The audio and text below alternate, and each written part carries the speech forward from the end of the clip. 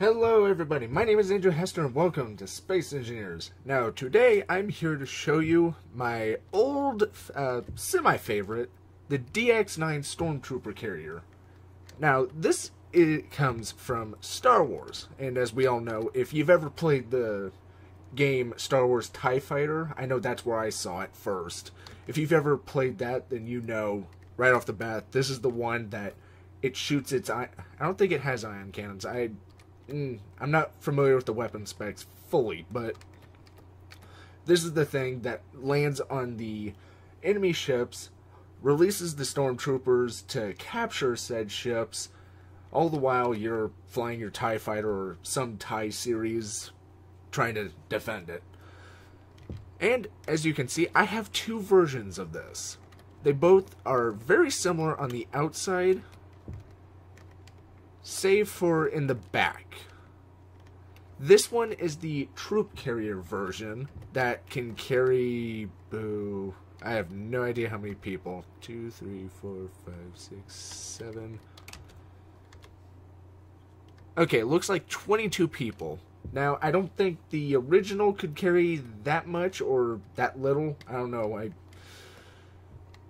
I'm just glad I remembered the name. But if we were on a large server, you could probably use this. I don't have a version that utilizes the rotor for a closable hatch.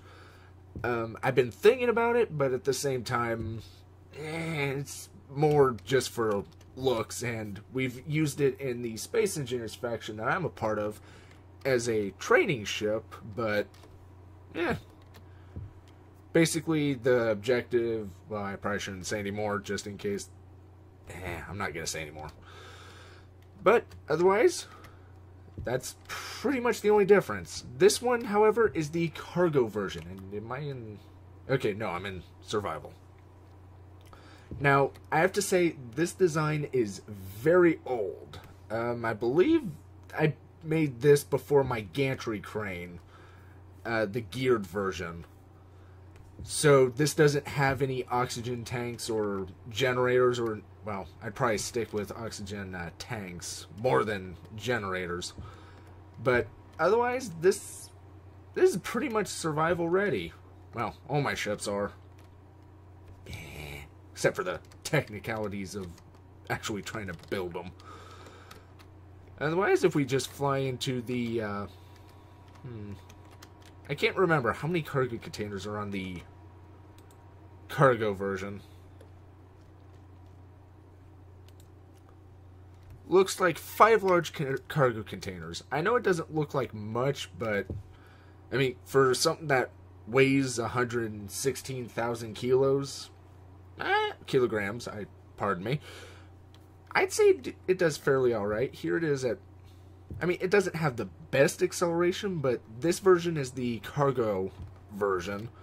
Otherwise, it is fairly maneuverable. If you had to get out of dodge, you're golden. I mean, this thing turns. Actually, let me give you a demonstration with the gyros. As well, actually, you can kind of see. This thing has 60... Oh, I guess it says on the HUD right there. This thing has 63 gyros. It's probably overkill, but at the same time, they're placed in places that you just can't fit anything else, and I hate wasting space, so I just crammed gyros in there. If I was to redesign this, I'd probably make this more of a transport feel rather than a fighter feel. And as you can see, it is armed to the teeth. I mean, you look at it, it has 7 Gatlings, well, both of them, both versions, 7 Gatlings and 8 missile launchers. So, unfortunately, they're not the reloadable, because if you've ever seen a picture of the DX-9, it doesn't have the spaced launchers. It just has the 4 little, what looks like 4 little launchers. Otherwise, I keep forgetting I play with the audio off, so hopefully I don't blow out your ears. Good enough. Otherwise, yeah. If this thing needed to defend itself, it's golden. Or if you wanted to use this as a first strike, basically you want to rush in, and as you can see, here's the acceleration.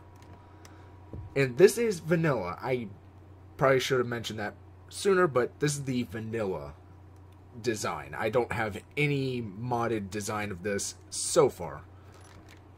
Otherwise, I'm sure you can time how long it got up to max speed, but the thought is, you fire your missiles, you impact the target, maybe fire some more, maybe all 4 rockets, or however big your inventory is on the server, land maybe inside, or land with your back facing the enemy.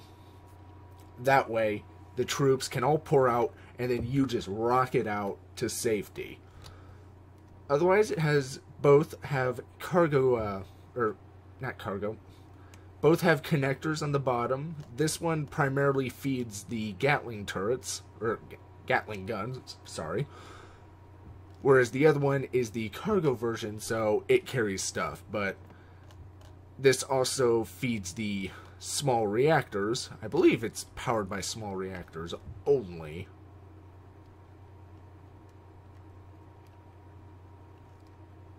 Ah, I hid stuff. No? Well, I guess it does have a large reactor. Well, I didn't know. So it has a large reactor, and as you can see, it really doesn't even need... Let's get it up to max speed. As you can see, it doesn't even need a large reactor. If I was to redesign it, I would probably remove the large reactor, maybe replace it with batteries, and stick small reactors on the conveyor systems. And I did not realize it comes equipped with batteries. So, really, the reactor, for the most part, would be emergency power. Because, well, at least the way I fly, my ships primarily use batteries first, because I recharge everything off of solar, so I'm not spending time gathering uranium to power my ships when I could just let the sun power my ships, and I don't have to do a thing other than connect, recharge, and blah blah blah. So, otherwise, that's pretty much it. I mean, down below in the description, no, I didn't say this in the other... Where's the other one? What's the end? Oh, great, I have to fly real close. Oh, well. So much for crashing this. I intended to do that, but whoops. But anyway, thank you all so much for watching. Down below in the description is a link to my Steam Workshop to where you can get this. Also in the description will be a link to my Steam Workshop where you can get any of my designs that I've posted there. And I hope to see you in the next video. Bye-bye.